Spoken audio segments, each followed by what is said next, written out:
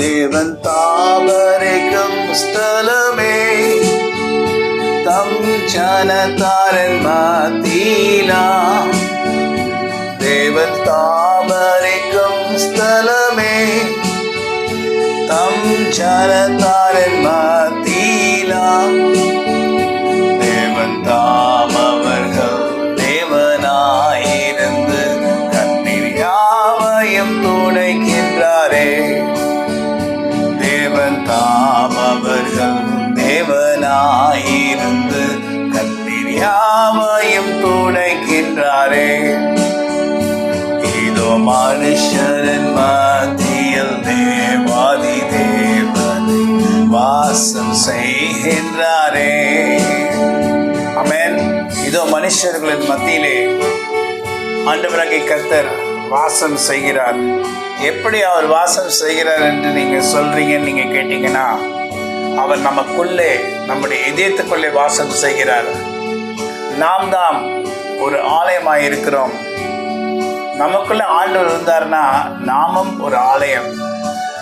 So அதனால தான் அந்த ஆலயத்தை சில நேரத்தில் நாம் தீட்டுப்படுத்தினால் ஆண்டருக்கு அது பிரியமில்லாமல் இருக்கிறது. நாம் நம்முடைய ஆலயத்தை தீட்டுப்படுத்தாமல் பாதுகாக்கும்படி அவரிடத்தில் நாம் வேண்டிக் கொண்டு பலனை கேட்க வேண்டும். ஏனென்றால் தேவன் தங்குகிற ஸ்தலம் நம்முடைய சரீரம். நமக்குள்ளே அவர் வாசமாயிருக்கிறார். தேவன் தாம் அவர்களின் கண்ணீரெல்லாம் துடைக்கிறார். நம்முடைய கண்ணீரை துடைக்கிறதுக்கு யாருமே இல்லையே என்று நீங்கள் எங்கெங்கேயோ போகிறீங்க. யாரிடத்துலலாம் அன்பு செலுத்தணும், அவங்களும் நம்ம மேலே அன்பு செலுத்தணும்னு எதிர்பார்க்குறீங்க. ஆனால் கொஞ்ச நாள் அவங்க அன்பு செலுத்துகிறது போல இருக்கலாம், நீங்களும் அவர்கள் மேலே அன்பு செலுத்துகிறது போல இருக்கலாம். ஆனால் சின்ன பிரச்சனை என்று ஒன்று வரும்போது முற்றிலுமாக நாம் அவர்களை மறந்து விடுகிறோம், அவர்களும் நம்மை மறந்து விடுகிறார்கள். இதுதான் உலகம். இதுதான் கடைசி நாட்களில் அன்பு தனியும் என்று வேதத்தில் பார்க்கிற வார்த்தைகள் நிறைவேறி கொண்டிருக்கிறது. ஆமென். கர்த்தாவே, நீர் எங்கள் ஆண்டவர், நீர் எங்கள் தேவன்.